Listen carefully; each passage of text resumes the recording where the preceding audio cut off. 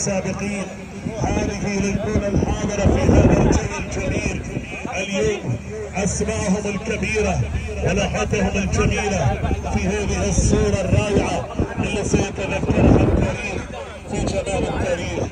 نعم، قبل أن نبتدي بهذه الألغام وبهذه الصورة الرائعة لابد أن نسمع من يطرب بالجامعات ويرن بالمدارس عندما يسمع بجبهات القتال الجندي يصيبه العصف في قلبه قبل ذراعه، فليستمع الحين لنشيد الوطن، فنتمنى من الجميع احتراما واجلالا واكراما لاجمل واحلى نشيد في هذه الدنيا. هو نشيد عبود دب الورده دب.